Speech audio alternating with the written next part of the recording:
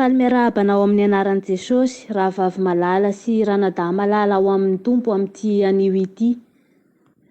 Ny sakafo mpanahy tiako hifampizarana amintsika eto androany dia mitondra ny lohateny hoe misy lanitra tokony hidirako ary misy satroboninahitra tokony ho raisiko. Misy lanitra tokony hidirako ary misy satroboninahitra tokony ho raisiko. Fa hivavaka isika hametraka ny fotoana eo am-pelatanan'Andriamanitra indray.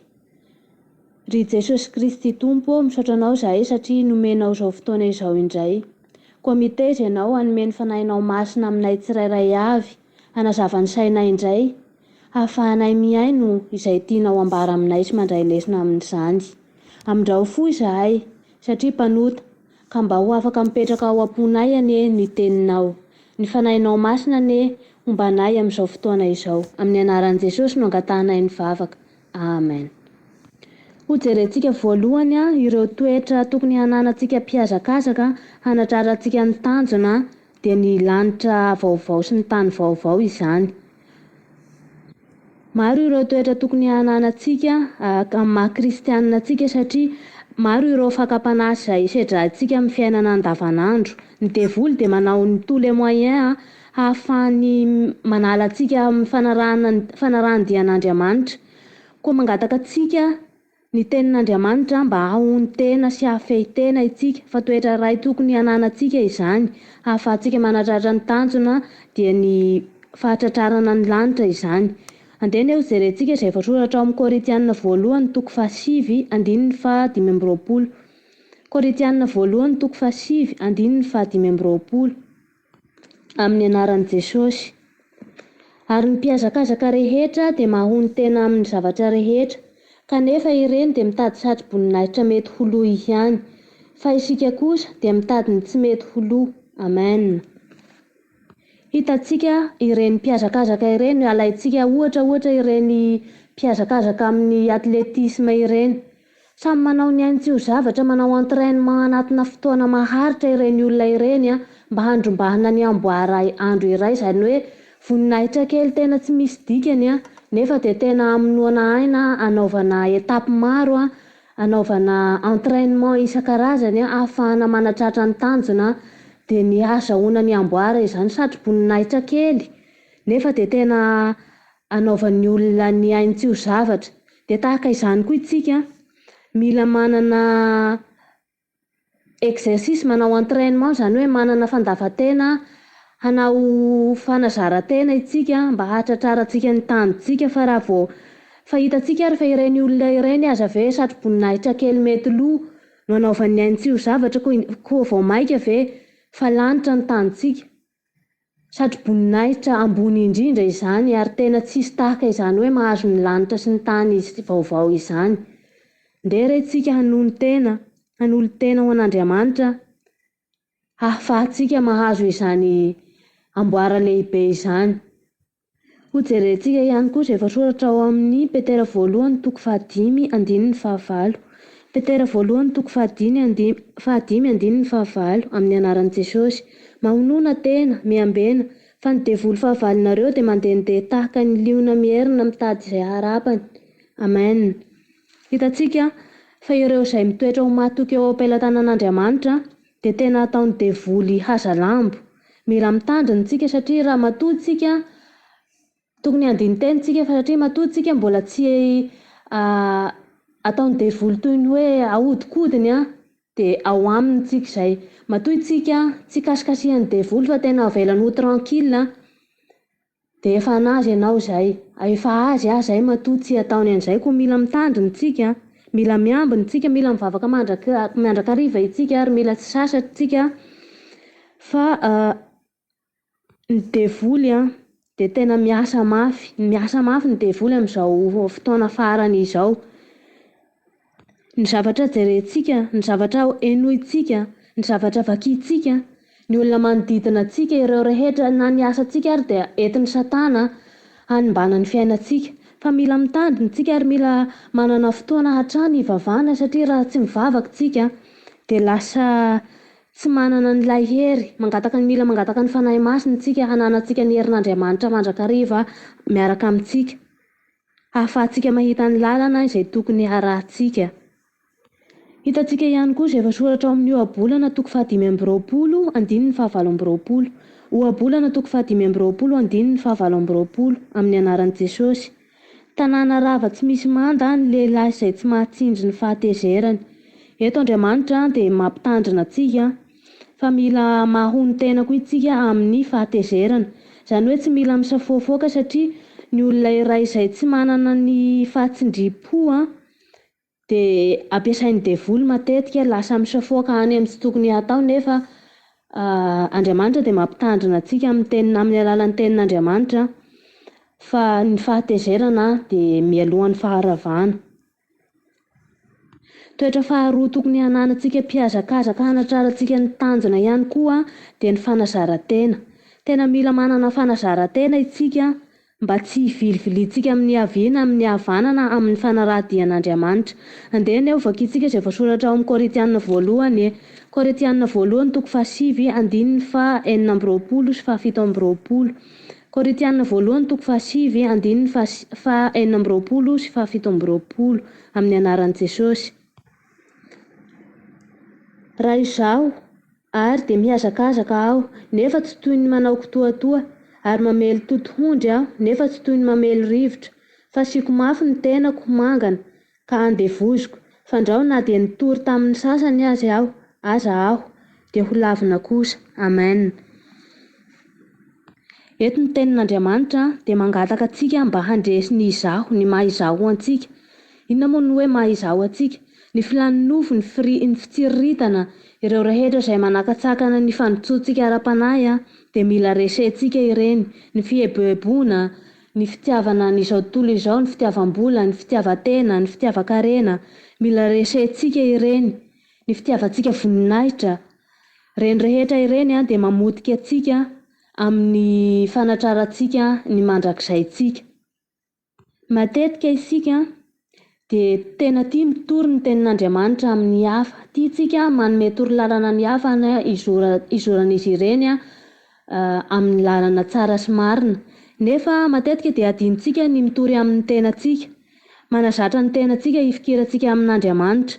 Izany hoe mila mandiny tena isika mba hahafahan'ny tenantsika ihany koa mifikitra amin'Andriamanitra satria ny devoly dia tsy kely lalana ary ny tenantsika tena mila zarintsika, mila tena ataontsika mahamay ny tenantsika, beazitsika ny maha izaho antsika mba hiala amin'ny fiainan'izao tontolo izao. Rehefa mitory isika na ohatra hoe izao manao horonam-peo izao dia tsy manao enregistrement ihany fa mitory amin'ny tenantsika isika satria ny sofintsika dia mihaino. Izany hoe mila miteny isika rehefa manao mitory tenin'Andriamanitra dia mila mihaino ny sofintsika mba hahafahantsika mandinika ihany koa. Izany hoe tsy ny hafa ihany no hitoriantsika fa tokony tenantsika ihany koa dia hitoriantsika ary mila mahony tena isika mba hahafahantsika miala amin'ny fahazaran-dratsy hifikirantsika amin'Andriamanitra hatrany sao very isika. Ny olona izay nitoriantsika ve ho tafiditra amin'ny fanjakan'ny lanitra dia isika izay nitory indray ve no very fotoana nefa ho any amin'ny hafa be. Mila mitandrina isika satria tany fandalovana ity tany ity ary tsy misy tombotsoa ho antsika ny fahazoantsika izao fiainana eto an-tany izao. Fanazaran-tena faharoa izay hoentiko amintsika ihany koa dia izay voasoratra ao amin'ny Korinthianina 1 toko 5:20-30 Korinthianina 1 toko 5:20-30 amin'ny anaran'i Jesosy. Maty isan'andro aho, lazaiko marina aminareo izany rahalahy, satria ianareo no rehariako ao amin'i Jesosy Kristy tompontsika. Amen. Eto dia hitantsika ny tenin'Andriamanitra fa milaza izay nataon'ny Paoly. Tena mila manao dingana tsy manolo tena tahaka ny nataon'ny Paoly isika eto satria Andriamanitra dia miandry ny fanoloran-tenantsika. Hahafahantsika mifikitra raha tsy isika ny manolotra ny tenantsika dia tsy havita zavatra tsara manokana. Izany hoe mila fandavan-tena manokana avy amintsika ny fanarahan-dian'Andriamanitra satria ny devoly dia manao ny ho hafa ny hatrany. Rehefa tena mahatsapa isika avy amintsika ny fanoloran-tena fa tena hoe hanolo tena ho an'Andriamanitra tsika dia hanampy antsika ny fanahy masina ahatonga antsika hitoetra mahatoky amin'ny lalana izay tokony hizorantsika. Fa mila manolo tena isan'andro isika isan'ora mba tsy hahafahan'ny devoly miasa eo amin'ny fiainantsika. Na dia eo ary ireo olana isan-karazany izay sedraintsika amin'ny fiainana dia tokony hanolo tena hatrany isika, eo ny aretina, eo ny tsy fisiana asa, eo ireo olana isan-karazany izay mety ho zoavintsika, ny fisaraha-panambadiana, ny fahadiran-janaka, ny olana ao an-tokantrano, ireny tsy tokony ataontsika sakana ahafahantsika manolo tena ho an'Andriamanitra, fa tokony ho tonga saina hatrany isika hoe mila manolo tena amin'ity anio ity ary mila mibanjina an'Andriamanitra mba ahafahako tsy mivily lalana. Inona ary no tokony ataontsika, torohevitra vitsivitsy tokony arahintsika mba ahafahantsika tsy mialan-dahalana amin'ny fanarahan-dian'Andriamanitra hanatrarantsika ny tanjona izay hidirantsika any amin'ny fiainana mandrakizay. Misy secret vitsivitsy alantsika an-daharana ireto hoentiko, maro ireo torolalana tokony arahintsika fa vitsivitsy no hoentiko amintsika androany. Voalohany amin'izany dia tokony esorintsika ireo mitambesatra sy ny ota malaky mahazo antsika. Izany hoe tokony handiny tena isika mba ahafahantsika mahita hoe inona ireo zavatra ataontsika amin'ny fiainana andavanandro mora mahalavo antsika. Ndeny eo jerentsika izay voasoratra ao amin'ny Hebreo 12:20 Hebreo 12:20 andininy voalohany sy faharoa. Hebreo 12:20 andininy voalohany ka hatramin'ny faharoa, amin'ny anaran'i Jesosy. Koa amin'izany, satria misy vavolombelona marobe toy izany manodidina antsika toy ny rahona, dia aoka isika koa hanaisitra izay rehetra mitambesatra amintsika mba amin'ny ota izay malaky mahazo antsika, ary aoka isika hiazakazaka amin'ny faharetana amin'izao fihazakazahana napetraka eo anoloantsika izao, mijery an'i Jesosy tompontsika finoantsika sy mpanefa azy, izay niaritra ny hazo fijaliana fa tsy nitandro henatra mba hahazoany fifaliana napetraka teo anoloany, ka efa napetraka eo ankavanany seza fiandrianan'Andriamanitra izy. Amen. Eto ny tenin'Andriamanitra dia mampitandrina antsika sy mangataka amintsika mba ahafahantsika mijery ireo ota izay mahatonga antsika ho lavo. Eo tokony hariantsika ireo fitsiriritana, ireo toetra ratsy izay rehetra mety hahalavo antsika, ny fitsiriritana, ny ara-tsim-panahy, ny fifosafosana, ny eritreri-dratsy, ny fieremana. Maro ireo izay ota mora mahazo antsika amin'ny fiainana andavanandro dia tokony ho jerentsika ireny. Eo ny tsy fitiavana ny namana, maro ireo ny fialonana, ny olona izay ohatra ny hoe mahazo zavatra tsara eo amin'ny fiainantsika dia maro matetika antsika lasa azon'ny fakapanahy alina ireny olona ireny, dia lasa miteraka antsika amin'ny fakapanahy ireny. Mila tandremantsika ary mila tena mandiny tena isika ahafahantsika mijery hoe inona tokoa moa ny olana tena mora maharesy ahy, inona ny olana mety mahalavo ahy. Mety ho ao anatin'izany ny sakafo, mila mitandrina isika satria ny sakafo ihany koa dia tena zavatra iray, fitaovana iray mety tena mora mahalavo antsika amin'ny fakapanahy. Mila mitandrina isika ary mila tena mandinika isika, mila isika mifady hanina, satria ireny fifadikan-kanina ireny dia fitaovana iray, fomba iray ahafahantsika tena mifikitra amin'Andriamanitra, tena ahafahantsika mandroso ara-panahy ny fifadikan-kanina. Mila jerentsika hoe ireny ota rehetra izay mahazo antsika ireny dia tena mora resentsika rehefa mifady hanina isika. Toetra faharoa tokony hataontsika ihany koa mba tsy ahafahantsika mijoro sy tsy mialan-daharana dia ny fanalantsika tahaka izay nataon'i Davida. I Davida dia nandiny tena tao amin'ny Salamo 7:30-20. Toetra tsara tokony alaintsika tahaka ihany koa izany. Andehana eo vakiantsika izay voasoratra ao amin'ny Salamo 7:30-20. Salamo 7:30 azafady, 4:20 amin'ny anaran'i Jesosy. Zaho na misy lalana mety ahitàn-doza ato anatiko dia tario amin'ny lalana mandrakizay aho. Amen.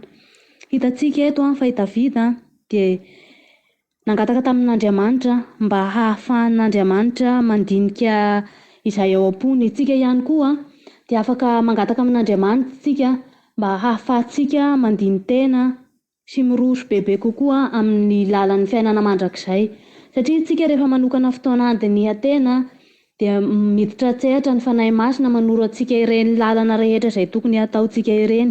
Mila manana fotoana mitokana tsika, mila manana fotoana itokatokanana tsy hiarahana amin'olona tsika ahafahantsika mandiny tena hoe inona marina moa ny zavatra tsy mety eo amin'ny fiainako, inona no takian'Andriamanitra amiko, ahafahako mifikitra aminy sy manatratra ny tanjona satria mandroso dia mandroso ny fotoana izay hanatrarantsika ny fiainana mandrakizay. Ary maro ireo sakasakana izay mety haharetintsika eny an-dalana koa mila mandiny tena isika, mila manokana tena isika, mila mangataka ny fanahy masina isan'andro isika ahafahantsika mahafantatra na mitoetra amin'ny finoana tokoa isika na tsia.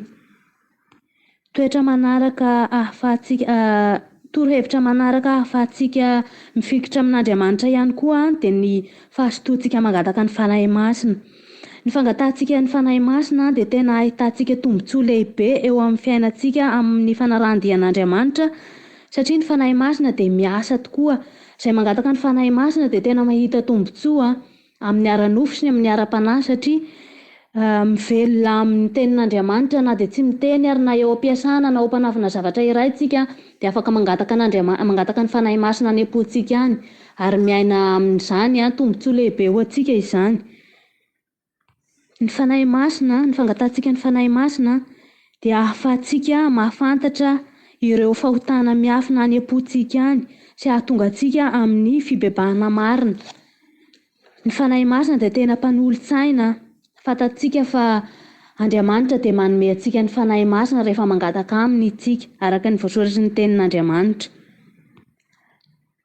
Toetra manaraka izay, torohevitra manaraka izay tokony hananantsika tsy halantsika andaharana amin'ny fanarahana an'Andriamanitra tokoa ihany koa dia ny fananantsika faharetana. Hitantsika izay efa voasoratra ao amin'ny Hebreo 12:1-2 izay efa nivoakintsika teo aloha sy izay voasoratra ao amin'ny Matio 4:20-7. Matio 4:20-7 hoentintsika manampy an'izany amin'ny anaran'i Jesosy. Fa izay maharitra hatramin'ny farany no hovonjena. Amen. Hitantsika eto fa ny tenin'Andriamanitra dia milaza fa mila manana faharetana isika ary mila maharitra isika fa tsy hoe mivavaka kely dia manaraka ny sitrapon'Andriamanitra kely dia hiala. Fa raha tsy maharitra isika dia verimaina foana ireny rehetra nataontsika ireny fa mila maharitra hatramin'ny farany isika fa lanitra ny tandrontsika ary mila ataontsika hatsaina hatrany izany fa raha tsy manana faharetana isika dia tahaka ireo virjiny 5 adala izay tsy nanana ny faharetana. Mila mitandrina izany isika eo am-panarahana an'Andriamanitra. Manarak'izay dia tsara ihany koa ny hijerevantsika an'i Jesosy isan'andro. Mila manaraka sy mijery an'ireo rehetra toetoetra nataon'i Jesosy tamin'izy teto an-tany isika dia manaraka ireny nataony ireny, izany hoe makatahaka amin'ny nataony satria rehefa manaraka ny ataony isika mandinika ny fanavotana nataony antsika, mandinika ireny soa nataony ho antsika rehetra ireny dia manova ny fiainantsika andavanandro ireny ary manadio antsika, mitarika antsika handroso bebe kokoa amin'ny fanarahandian'Andriamanitra sy ny fanoloran-tena amin'ity tany fandalovana ity. Andriamanitra ihany koa dia mangataka antsika avy amin'ny alalan'ny soratra masina mba tsy hijery ny tenantsika ihany fa hijery ihany koa ireo namantsika sy ireo manodidina antsika. Andeha eo jerentsika izay voasoratra ao amin'ny bokin'ny Lioka, filazantsarany Lioka 2:2-1:30 sy 2:30. Lioka 2:2-1:30 sy 2:30. Hoy ny Tompo: ry Simona, indro Satana efa nitaky anareo ho kororohiny toy ny vary. Nefa izaho nangataka ho anao mba tsy ho levina ny finoanao. Ary rehefa mibebaka ianao dia ampaherezo ireo rahalanao. Amen. Eto amin'ny farany dia hoe ampaherezo ireo rahalanao no tsindriako manokana. Hitantsika eto fa Andriamanitra dia mangataka antsika ihany koa mba hampahery ireo rahalantsika. Ireny fahasotoantsika manampy ny hafa hiroso ara-pinoana ireny dia tena manampy antsika handroso bebe kokoa sy hijanona andaharana, tsy hiala andaharana fa tena hifikitra amin'Andriamanitra. Izany hoe ny fahazotoantsika manampy ny hafa hiroso ara-pinoana dia misy tombotsoa lehibe ho antsika, misy effet lehibe ho antsika, effet positif eo amin'ny fiainantsika, hahafahantsika miroso bebe kokoa amin'ny fanarahadian'Andriamanitra, hanatrarana ny tanjona dia ny fahazoana ny lanitra vaovao sy ny tany vaovao izany. Aoka tsika tsy ho tia tena, aoka tsika tsy handeha hirehare, fa hanana fanetrentena itsika hanampy ireny olona izay entiny devoly atao fitaovana handravahana ny olona izay manaradian'Andriamanitra ireny. Maro ny olona izay entiny devoly handrava ny tenany. Rehefa hitantsika fa hoe rehefa azo ny devoly ny olona iray dia tena ataony sambelona ary tsy havelany mihitsy, fa tena tanany io fikiriny ary tsy havelany hiala aminy mihitsy ninona ataon'ilay olona, fa mila tsika ireny olona ireny matetika dia itsika no ataon'Andriamanitra fitaovana hahafahan'ireny olona ireny miverina amin'Andriamanitra indray. Eny fa na dia zavatra kely ary ny ataontsika, na dia hoe teny pozitiva iray no ataontsika dia mety hahafahan'ny olona iray miverina ao amin'Andriamanitra indray izany. Jerentsika ihany koa izay voasoratra ao amin'ny Filipianina 4:13-12 Filipianina 4:13-12 amin'ny anaran'i Jesosy. Ry rahalahy, tsy mievy tena ho efa nahazo aho, fa zavatra iray lohany no ataoko, manadino ny zavatra ao aoriana ka miezaka hanatratra izay zavatra eo aloha. Eny, miezaka hanatratra ny marika aho, ahazoako ny lokan'ny fiantsoan'Andriamanitra any ambony ao amin'ny Kristy Jesosy. Amen.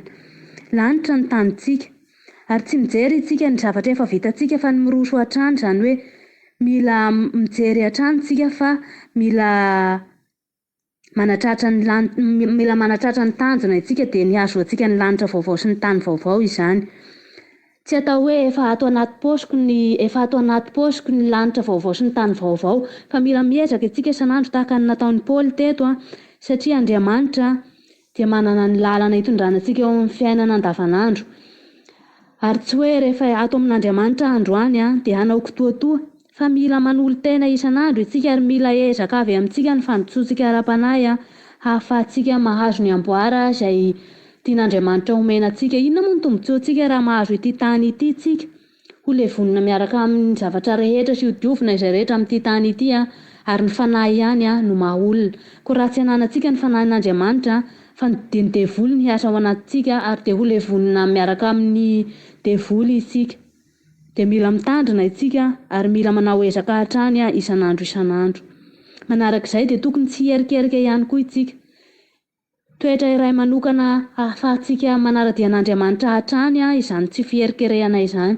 Izany hoe tsy hoe androany andeha hanompo an'Andriamanitra dia rapitso angingina hanao mafapana sy mangatsiatsika, fa tena hoe rehefa mafana itsika, rehefa nanomboka hoe androany hanomboka hanompo an'Andriamanitra dia aoka tsika tena hanolo tena, aoka tsika tena hanana fandavan-tena, tsy herikerika, tsy hoentin'ny namana, tsy hoentin'ny ny fiainana ambony ambany sy ny olana izay sedrantsika eo amin'ny fiainana, sy hoe tratrako ny tanjona, mety hoe nandroso nahazo nanan-karena, nahazo harena itsika, na hoe nisy zavatra nahazo antsika tao amin'ny fiainana, zavatra tsara dia tsy handroso hanaraka an'Andriamanitra intsony aho fa zava-poana ireny, fa ny fanahitsika sy ny tanitsika dia tokony ho ao amin'Andriamanitra hatrany. Izany hoe tokony tsy hivilivily lalana intsony itsika, fa rehefa nanapa-kevitra hanompo an'Andriamanitra dia andao tena hatratrarintsika hatramin'ny farany ny tanitsika dia ny ahazontsika ny lanitra vaovao sy ny tany vaovao izany. Satria raha mierikerika tsika dia hanahaka ny vadin'ny Lota, hitantsika ilay voalazan'ny tenin'Andriamanitra ao amin'ny Genesisy. Aza mierikerika fa mandrosoa hatrany, fa vao mierikerika anie tsika dia efa any Satana tsika izay, ataony haza lambo tsika raha vao mierikerika. Aoka itsika tena hitandrina eto am-panarahan'Andriamanitra, dia aoka itsika hibanjina ny fenitra ho tratrarina hatrany, dia hoe ny lanitra ny tanitsika dia aoka itsika tsy hiala amin'izany, fa tsy maintsy azontsika ny lanitra rehefa mifikitra amin'Andriamanitra itsika. Atao andohan-trano ilay titran'ny ilay lohatenin'ny fizarana izay nifampizarantsika teto androany dia hoe misy lanitra vaovao, misy lanitra tokony hidirako ary misy satroboninahitra tokony ho raisiko. Rehefa ataontsika atsaina isan'andro izany dia tena hitantsika fa handroso itsika. aoka antsika hivavaka ho an'ny hafa isan'andro, aoka antsika hivavaka ho an'ny tenantsika, na olona tiantsika na olona tsy tiantsika, na olona mpanao tsara na olona mpanao ratsy dia aoka antsika hivavaka ho azy ireny mba hanana tanjona izy ireny hanatratra ny lanitra sy ny tsato-boninahitra izay omeny Tompo antsika tsirairay avy. Koa mahereza manana fotoana ahafahantsika mifikitra amin'Andriamanitra hatrany ary tsy mivilivily lalana na amin'ny havia na amin'ny havanana. Andriamanitra ny fiadanana anie fomba antsika tsirairay avy ahafahantsika manolo tena amin'Andriamanitra na dia hoe androany ary ny andro voalohany izay hanapahantsika hevitra hanarantsika dian'Andriamanitra eo am-panarahana dia azy dia ny fanahin'ny masina anie ombantsika, ny fanahin'ny masina anie hanoro antsika izay tokony hataontsika sy izay rehetra hanoro antsika izay rehetra manakatsakana antsika tsy hifikirantsika aminy hialantsika amin'ireo fahazara-toetra sy fahazaran-dratsy izay manakana antsika tsy hanarantsika an'Andriamanitra. Hivavaka isika. Raha eo misaotra anao satria nomenao fotoana indray izahay nahafahanay nizara izay tianao ambara tamin'ity anio ity. Ianao no niteny Tompo isaoranay anao izany. Aoka izahay tsirairay avy handray lesona amin'izany teny izay nozaraina teto izany. Tompo malala lehibe loatra ny fitiavanao anay, koa aoka izahay roso ara-panahy, aoka izahay tsy hivilivily lalana na amin'ny havia na amin'ny havanana fa handroso hatrany ary apetraka eo an-tsainay hatrany fa misy lanitra vaovao sy tany vaovao izay homaninao anay, koa izany no ataonay tanjona fa tsy ity tany fandalovana ity no ataonay am-po fa ianao anie Tompo no hombanay hatrany. Amin'ny anaran'i Jesosy no nanonanay sy angatanay ny vavaka. Misaotra Ray sy Zanaka ary fanahy masina. Amen.